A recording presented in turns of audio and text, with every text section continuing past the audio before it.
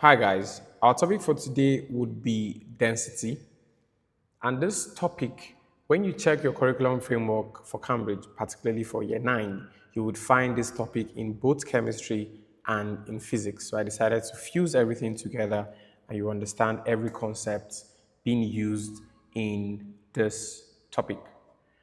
Some of the keywords we'll use include particles, mass, volume, formula, and also we need to look at how substances float and why some sink.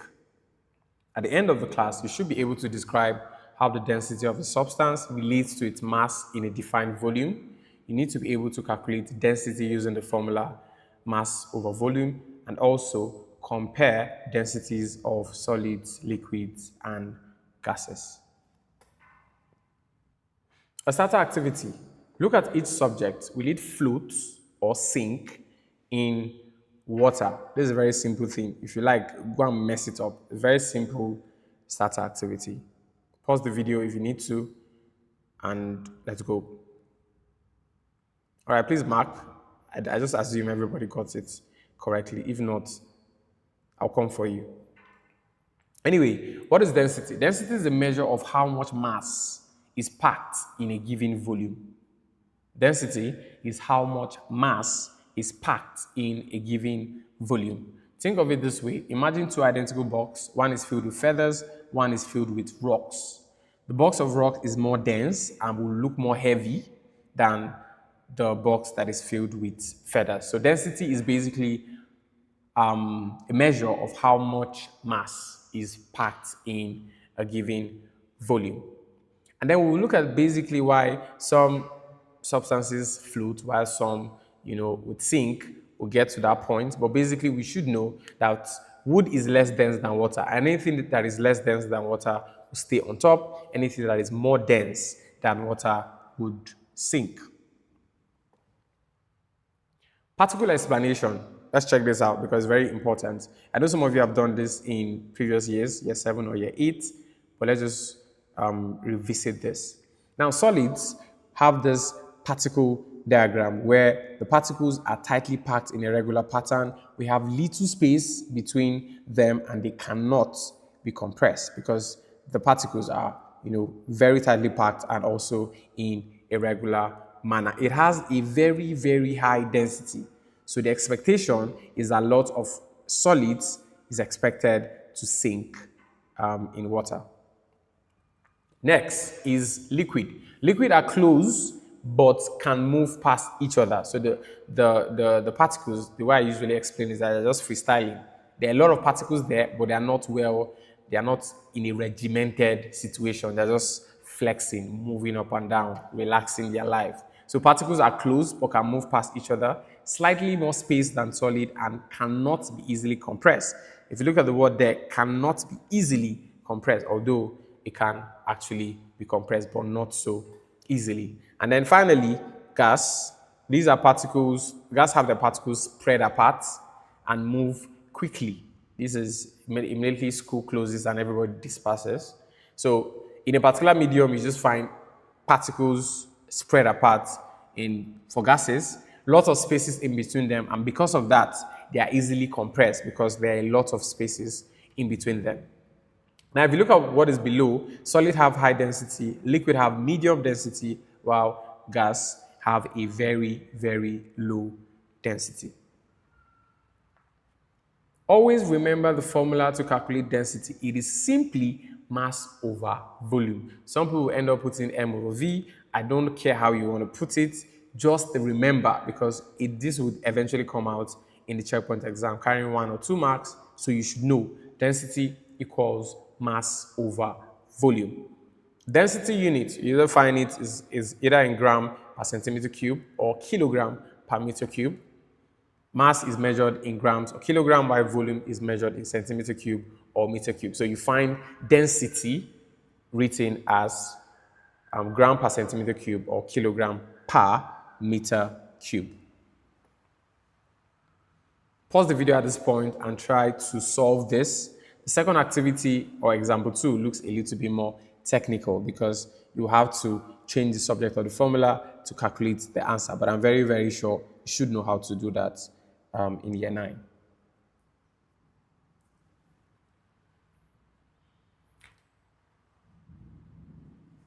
So I'll just go through it since it's an example and not an activity.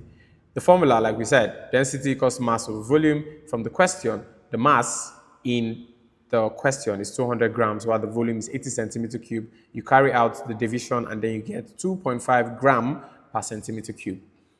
The example 2, which is basically asking you for mass. So what you're giving here is you're giving the density of the liquid, okay, basically water, and also the volume.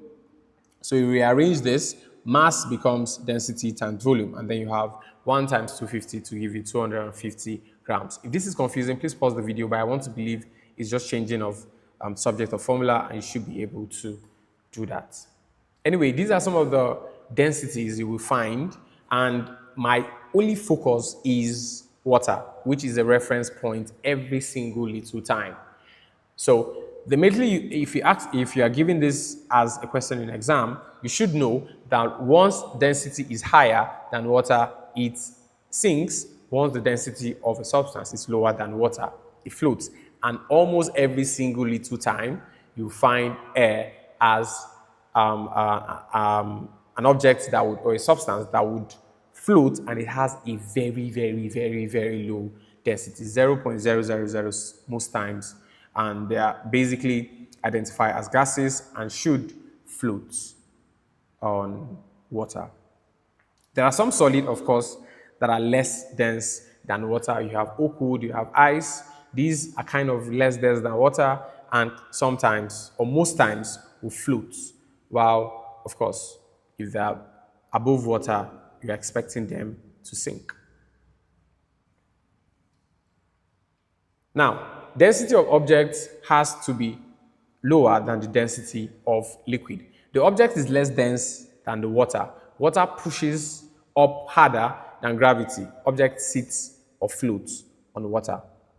I don't want to move into gravity because that might be a little bit complicated. But basically, for floating, once the density is lower than that of water, it stays on top. Forget about density, gravity for now. Don't get confused. And then for sinking, once the density of an object is higher than the density of water, that substance would sink.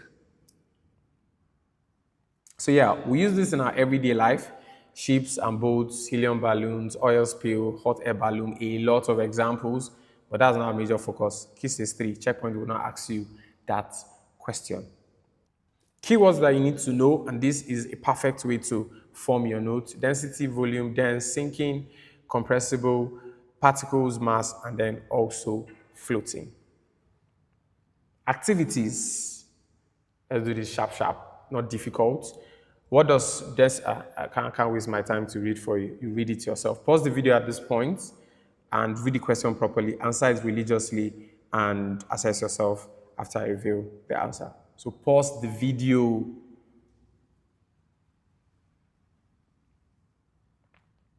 All right, please assess yourself and give feedback in the comments. Moving on, answer whether true or false in this activity.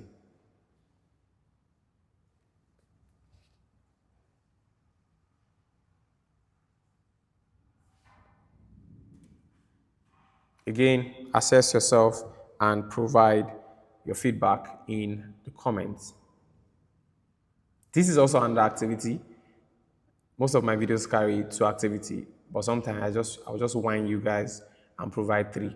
So this is an activity that has, this is a topic that's having 3 activities. Drop whatever concept you don't know about this in the comment. It looks a little bit more complicated, but it's very, very easy.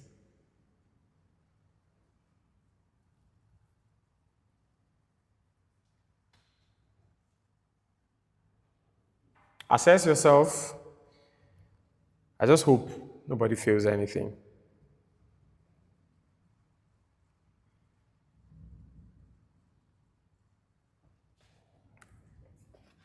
All right, let's have a recap. We've learned about density. We talked about the formula. We talked about different densities of the 3 states: solid, liquid, and gas. We talked about objects that will float if the density is lower than water. And of course, density of objects higher than water would sink. Gases are very compressible, while solids and liquids are not. Boys and girls, we are done. Stay sharp, lock in. If it's confusing, I'm your guy.